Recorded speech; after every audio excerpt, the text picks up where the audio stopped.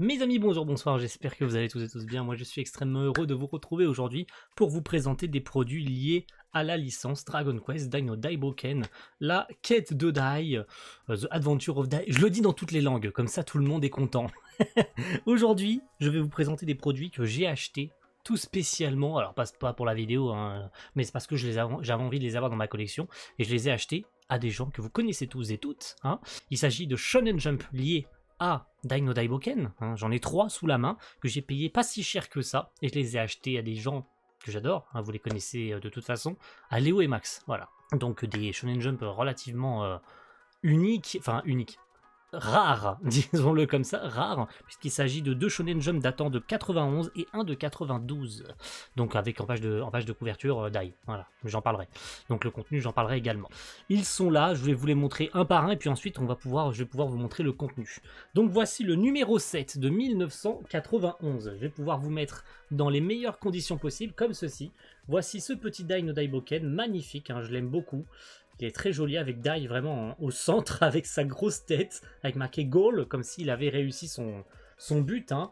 Donc voilà, on voit tous les personnages en fond, on voit Pop ici, on voit évidemment Dai, on voit Mam, et puis je crois que c'est tout. On a que les trois, on a que nos 3 comparses sur cette page de couverture, sur ce Shonen Jump là. Donc voilà, hein, je vous le montre, un numéro 7 de 1991, hein, je vous mens pas. Donc au niveau de l'état, voilà, vous voyez, il est quand même d'époque, il est complètement plié sur tout le long de la tranche, il n'est pas neuf, hein. Encore une fois, il est d'époque, mais c'est le contenu qui nous intéresse. La couverture, elle est encore très belle, elle est encore très propre. Donc, qu'est-ce que je vais me plaindre pour le prix que j'ai payé? Je vous donnerai pas le tarif parce que ça se fait pas. On parle pas d'argent sur YouTube.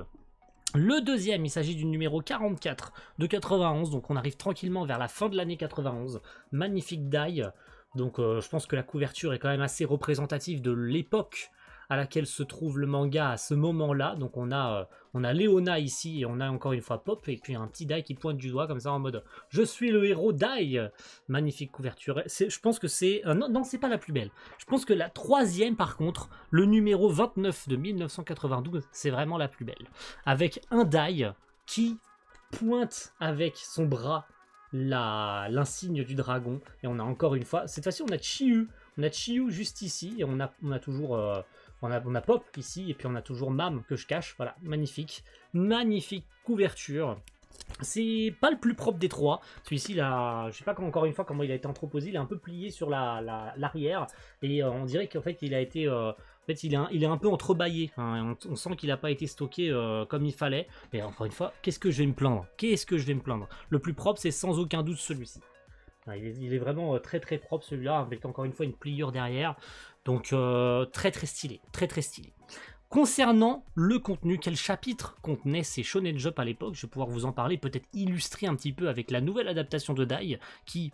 c'est fini il n'y a pas si longtemps que ça. Je sors cette vidéo juste après en plus, donc c'était vraiment l'occasion, j'attendais de les recevoir avec impatience pour non seulement faire le raccord avec la fin de l'animé de 2020 qui s'est terminé il n'y a pas si longtemps, et surtout parce que d'ici peu, d'ici le début du mois de novembre, il y aura une vidéo sur Dai no Daiboken où je parle de mon ressenti sur l'animé de 2020, parce que oui, j'ai tout regardé, hein, j'ai tout suivi depuis le début de sa diffusion jusqu'à la fin, j'ai tout suivi depuis 2 ans, donc ça me tenait particulièrement à cœur, et surtout parce que je me suis accommodé à Dai pendant 2 ans. Donc ça me semblait intéressant de aussi commencer à collectionner ces produits liés à Dragon Quest, tout simplement, même si je ne sais pas si je continuerai à collectionner ces Shonen Jump.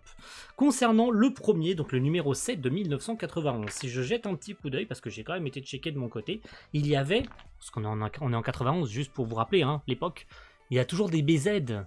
Eh oui, il y a toujours Dragon Ball, les gars, des BZ. Il y a toujours Dragon Ball. Excusez-moi, oula, j'ai failli dire une énorme bêtise. Il y a toujours Dragon Ball qui est publié à l'intérieur.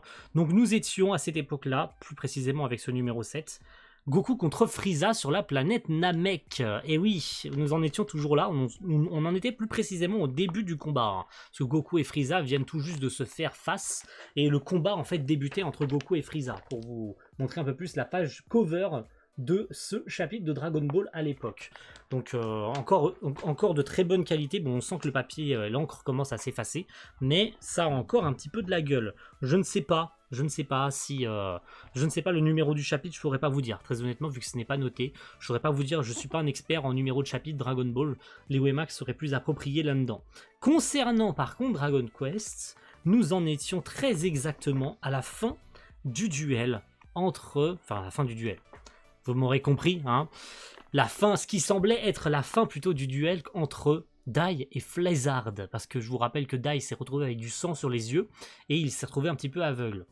Souci étant que, il fallait bien essayer de maîtriser une des dernières techniques qui lui manquait, le slash terre, le slash ciel, peu importe l'une des traductions que vous pouvez utiliser, hein, le Havanstrash ciel, hein, c'est ça qui lui manquait pour maîtriser parfaitement le Havanstrash. Et donc il se retrouve avec les yeux pleins de sang, et donc il se retrouve à devoir essayer de trouver le point faible de Flézard, mais sans ses yeux, donc seulement avec sa conscience, d'essayer de trouver le noyau de Flézard pour le couper en deux, et puis il utilise le Havanstrash ciel pour couper Flézard en deux. Je vais pouvoir vous montrer, c'est juste ici, hein, le Havanstrash ciel, où il tranche tout simplement Flézard en deux, à la fin de ce chapitre de Dragon Quest. Il vient tout juste de trancher Flézard, ou plutôt son noyau, en deux.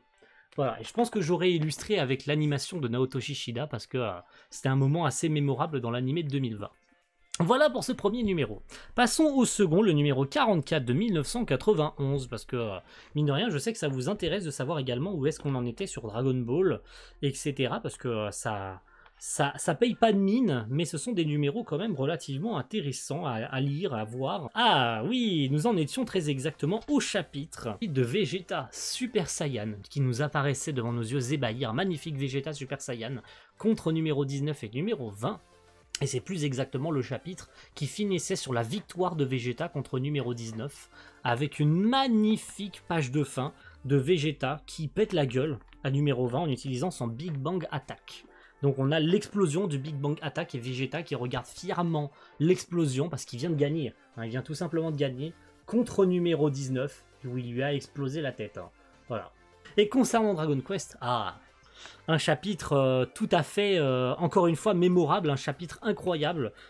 Le chapitre où Pop s'évadait de prison, enfin Pop plutôt partait tout seul pour affronter Baran, et où Dai s'enfuyait de prison, parce que je vous rappelais que Dai à cette époque avait perdu ses souvenirs à cause de la résonance de la marque draconique qui fait qu'il a perdu ses souvenirs à cause de Baran, hein, plutôt. Et ce chapitre finissait sur ce qui semblait être la transformation de Baran en Ryumajin, donc en draconien, hein, plus précisément si on traduit ça en français, en Ryumajin, je vais utiliser le terme japonais. Et donc ça finissait tout simplement sur le début de la transformation de notre cher Baran en Ryumajin. Hein. Une page spectaculaire, une page absolument incroyable, 2 pages même incroyables. Le début de la transformation, une double page, même précisons-le, une double page sur Baran commençant sa transformation en Ryumajin. Incroyable, je suis trop content d'avoir ce numéro, comme je le disais, en plus c'est le plus propre, et c'est l'un des chapitres les plus incroyables, surtout avec le combat qui suit entre Dai et lui, et pour être honnête, j'aurais plus quand même imaginé une page de couverture comme ça, vu le contenu et vu ce qui arrive après dans le manga dans les chapitres suivants, mais c'est une fin de chapitre assez mémorable. Et pour finir, vu que je l'ai en main d'ailleurs, ce numéro 29 de 1992, donc on fait quand même un bond en avant au niveau du manga, parce que sur Dragon Ball, Vegeta toujours à l'honneur, parce que c'est Vegeta, Super Vegeta même, appelons-le comme ça, Super Vegeta qui fait face à Cell deuxième forme, et à qui il pète la gueule. Voilà, encore une fois, Vegeta mis en avant, même si on sait que Vegeta a quand même très peu de moments stylés dans le manga, mais quand ils sont là, ils sont stylés. C'est Vegeta avec une page extrêmement mémorable, qui n'a jamais été adaptée en anime d'ailleurs, cette page de Super Vegeta qui pète la gueule à, voilà, je vous la montre plus en relief comme ça, donc cette page où il met un high kick à Cell deuxième forme. Une page qui reste dans les annales, hein, des dessins quand même de Toriyama. Pour finir du coup, sur Dragon Quest, eh bien, il s'agissait du chapitre de l'apparition de la forteresse Roche-Démon, juste avant que Dai obtienne son épée. Donc c'est la fin du chapitre, c'est l'apparition de la forteresse. Hein. Voilà, tout simplement, je vous le montre juste ici. C'est la forteresse Roche-Démon qui arrive au port. Hein. C'est la double page absolument spectaculaire. Hein, encore une fois, magnifique dessin de l'un des deux. J'ai pas envie de vous dire de bêtises si c'est Sanjo ou l'autre, hein, si c'est Inada ou Sanjo, je sais plus. Je sais jamais si c'est l'un des deux qui est au scénario et l'autre au dessin. Donc je ne vous dirai pas de bêtises. Merci à tous d'avoir suivi cette vidéo.